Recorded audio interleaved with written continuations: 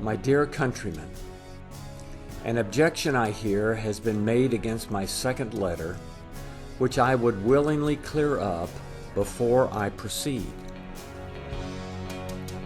There is, say these objectors, a material difference between the Stamp Act and the late Act for laying a duty on paper, etc., that justifies the conduct of those who oppose the former and yet are willing to submit to the latter.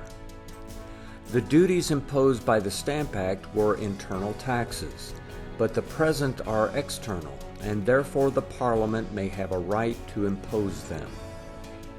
To this I answer with a total denial of the power of Parliament to lay upon these colonies any tax whatever. This point being so important to this and to succeeding generations, I wish to be clearly understood. To the word tax, I annex that meaning which the Constitution and history of England require to be annexed to it.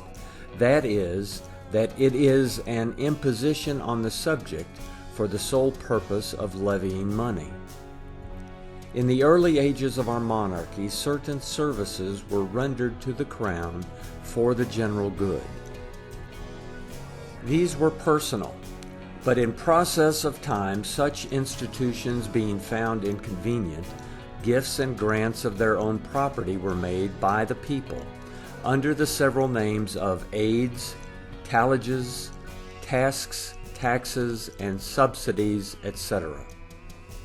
These were made as may be collected even from the names for public service upon need and necessity. All these sums were levied upon the people by virtue of their voluntary gift. Their design was to support the national honor and interest. Some of those grants comprehended duties arising from trade, being imposts on merchandises. These Lord Chief Justice Coke classes under subsidies and parliamentary aids. They are also called customs. But whatever the name was, they were always considered as gifts of the people to the Crown to be employed for public uses. Commerce was at a low ebb, and surprising instances might be produced how little it was attended to for a succession of ages. The terms that had been mentioned, and, among the rest, that of tax, had obtained a national parliamentary meaning, drawn from the principles of the Constitution long before any Englishman thought of imposition of duties for the regulation of trade. Whenever we speak of taxes among Englishmen, let us therefore speak of them with reference to the principles on which and the intentions with which they have been established.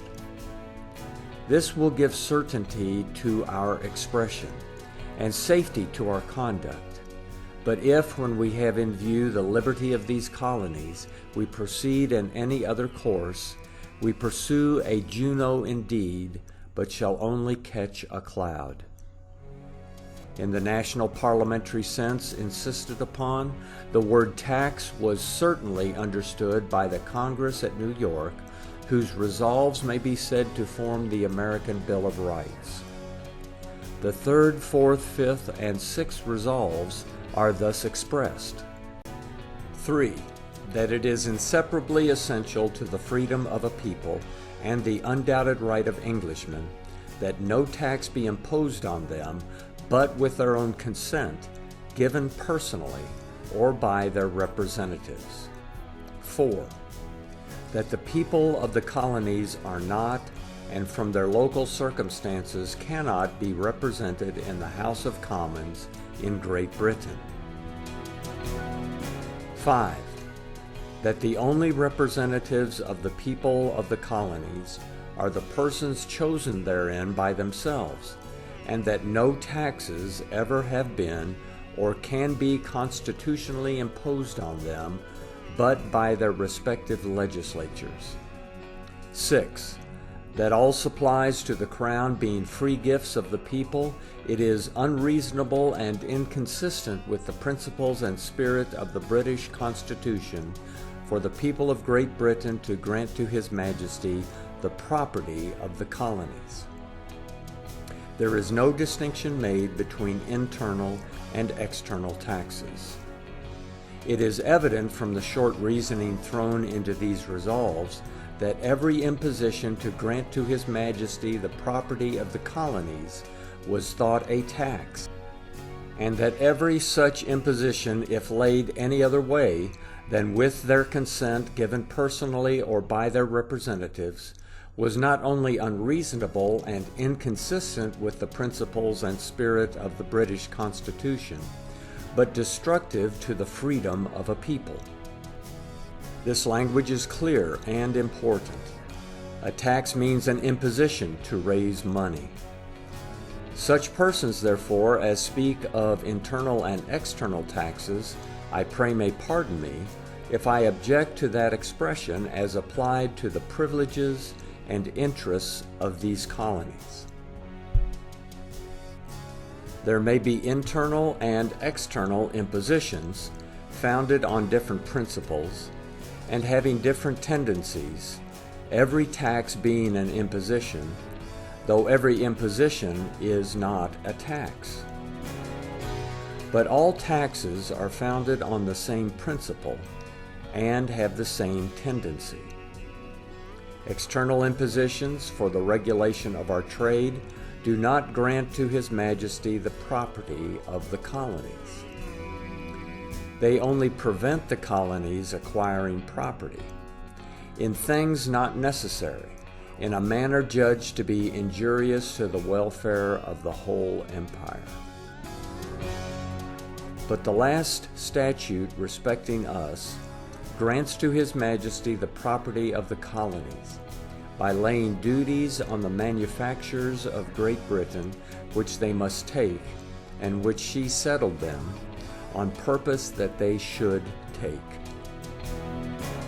What tax can be more internal than this? Here is money drawn, without their consent, from a society who have constantly enjoyed a constitutional mode of raising all money among themselves. The payment of this tax they have no possible method of avoiding, as they cannot do without the commodities on which it is laid, and they cannot manufacture these commodities themselves. Besides, if this unhappy country should be so lucky as to elude this act by getting parchment enough in the place of paper, or by reviving the ancient method of writing on wax and bark, and by inventing something to serve instead of glass, her ingenuity would stand her in little stead, for then the Parliament would have nothing to do but to prohibit such manufactures, or to lay a tax on hats and woolen cloths, which they have already prohibited the colonies from supplying each other with, or on instruments and tools of steel and iron, which they have prohibited the provincials from manufacturing at all. And then what little gold and silver they have must be torn from their hands, or they will not be able in a short time to get an axe for cutting their firewood, or a plow for raising their food. In what respect, therefore, I beg leave to ask, is the late act preferable to the Stamp Act, or more consistent with the liberties of the colonies? For my own part, I regard them both with equal apprehension, and think they ought to be in the same manner opposed. Habemus quidem sentus consultum, tanquam gladium in vagina repositum. We have a statute laid up for future use, like a sword in the scabbard.